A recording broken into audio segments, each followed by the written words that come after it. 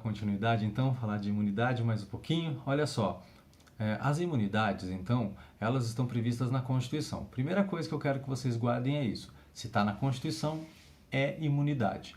Mesmo quando a Constituição fale isenção ou não incidência, mesmo que a Constituição fale outra coisa, se está na Constituição, é imunidade. E se a imunidade recebeu aquele banho, a gente não vai nem falar de tributação, tá certo?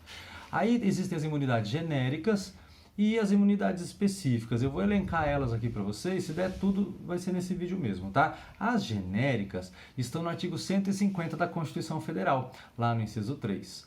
No inciso 6. 150, inciso 6 da Constituição Federal. A gente vai ter a linha A até a linha G. Vai acompanhando aí, tá bom? Cada um deles. O inciso 6, ele fala, isso é importante você anotar. Ele diz assim, ó, é vedado à União, Estados, municípios, Distrito Federal instituir impostos. Ele fala, instituir impostos. Então, ele está sendo específico nas imunidades genéricas sobre impostos, tá? Cadu, então quer dizer que não tem imunidade para taxa e contribuição? Tem. Para taxa, guarda porque é fácil. É só as taxas referentes à certidão. É imune. Eu tenho o direito de pedir certidão de nascimento, de casamento e de óbito sem pagar taxa nenhuma, desde que seja em papel simples, né? Eu não posso exigir aquela mais rebuscada e querer que seja de graça. Tá? Contribuição eu falo daqui a pouco para você. Mas as genéricas, as imunidades genéricas são para impostos. Isso não quer dizer que as imunidades sejam só para impostos. Pegadinha de questão que às vezes pode cair aí para você, né? Imunidade também tem para taxa e para contribuição de melhoria, ok? Aí, neste 156, nas genéricas, a gente tem lá como a linha A as imunidades recíprocas, dizendo que não vai poder instituir uma sobre a outra. Então, a União não pode sobre o Estado-membro não pode sobre o município não pode sobre o Estado-membro, o município não pode sobre a União não pode sobre o município. Falei todo mundo aí e a gente insere o Distrito Federal aí nesse bolo também, tá certo? Um não pode instituir tributo sobre o outro. Eu não posso, então, cobrar ITR de um terreno que seja do Estado-membro. A União não vai poder cobrar. Também o município não pode cobrar o IPTU de um imóvel urbano que seja da União. Tudo bem? Tá, lá no parágrafo 2º desse mesmo artigo, isso vai ser estendido, essa imunidade recíproca, né? Recíproca porque é um dos outros, que é para que eles não exerçam um poder sobre o outro que seja além do que precisa, né? Que também não force o outro a fazer certas coisas, cobrando tributo um do outro, né? E que a gente mantenha paz na Federação Nacional. Isso vai ser estendido às autarquias e empresas públicas. Então, autarquias e empresas públicas também vão ser imunes. É uma autarquia federal, é estadual, é municipal, é distrital. Vai ser imune, a mesma coisa para empresa pública, tá bom? A jurisprudência, aqui nesse caso não está então na Constituição, a Constituição traz uma regra, o parágrafo 2º estende essa regra e aí a jurisprudência vai estender ainda mais essa regra. Veja o que ela fez, ela ampliou o caso de imunidade. Mas Cadu, você não falou que imunidade é só na Constituição? Sim. E como é que pode os nossos tribunais superiores fazer um negócio desse? Bom, isso chama mutação. A gente pode mudar a Constituição de 3 formas, não é isso?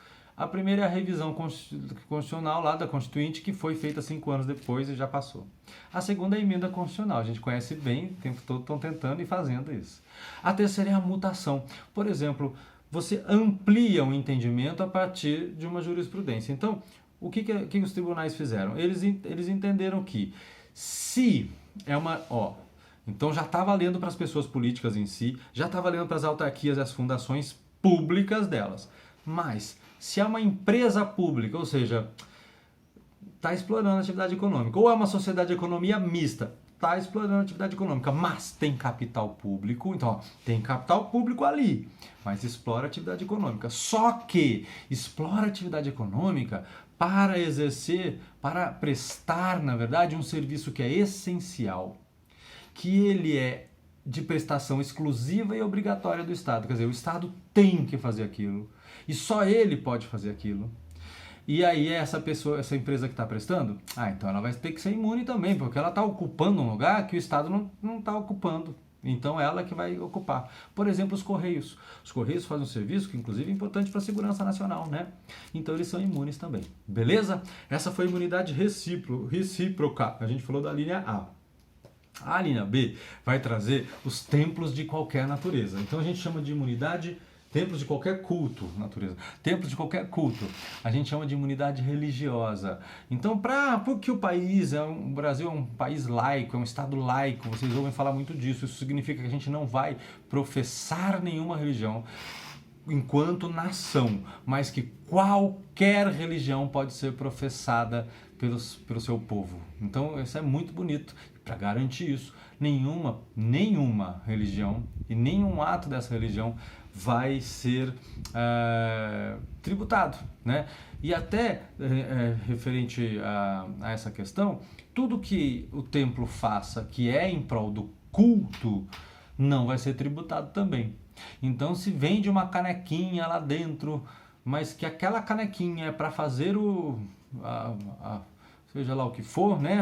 A missa, o culto, a oração, a reza, a gira, o que você quiser, então aquilo também não vai ser tributado a princípio, tá bom? Aí vai atingir todo mundo. A letra C é muito parecida com essa e eu quero falar umas coisas sobre as duas juntas aí.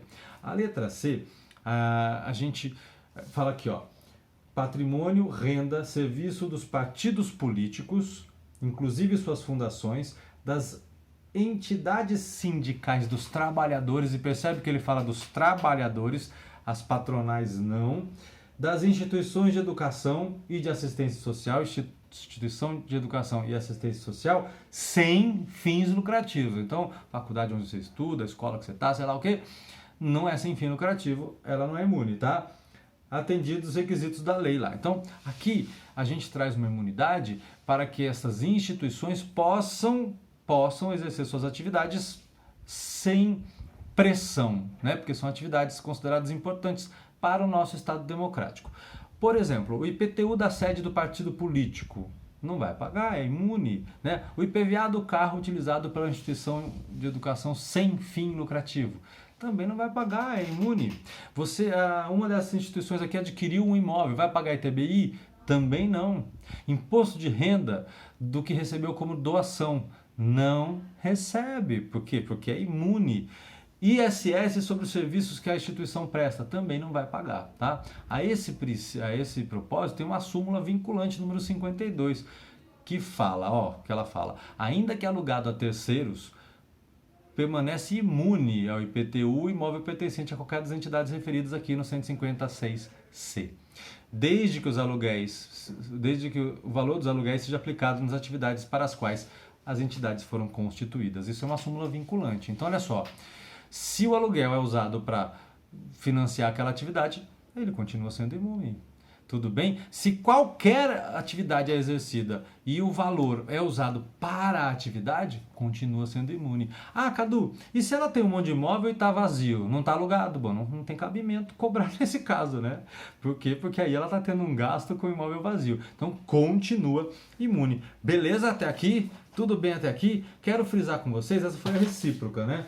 E aí faltou aqui a dos livros, né, e periódicos, e eu quero falar um negocinho, e a musical, só para a gente fechar as imunidades básicas. Olha só, a dos livros e periódicos, a pergunta que não quer calar, olha quantos livros eu tenho aqui, eles são imunes, mesmo assim as livrarias, a gente tem que dar uma força, comprar livro sempre que puder, né, porque não há uma experiência como ler um livro ali no papel, embora o digital também dê conta de muita coisa, mas é uma outra experiência. Bom, o livro digital é imune também.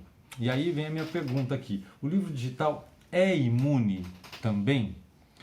A gente poderia pensar isso a respeito disso. E eu quero deixar de reflexão aqui para vocês o seguinte: não há limites para a tecnologia que possa propagar saberes. Olha só aqui, a gente está fazendo isso aqui. Se eu escrever isso, puser num papel e vender como livro impresso, ou se eu vender como CD-ROM, alguém compra o CD-ROM?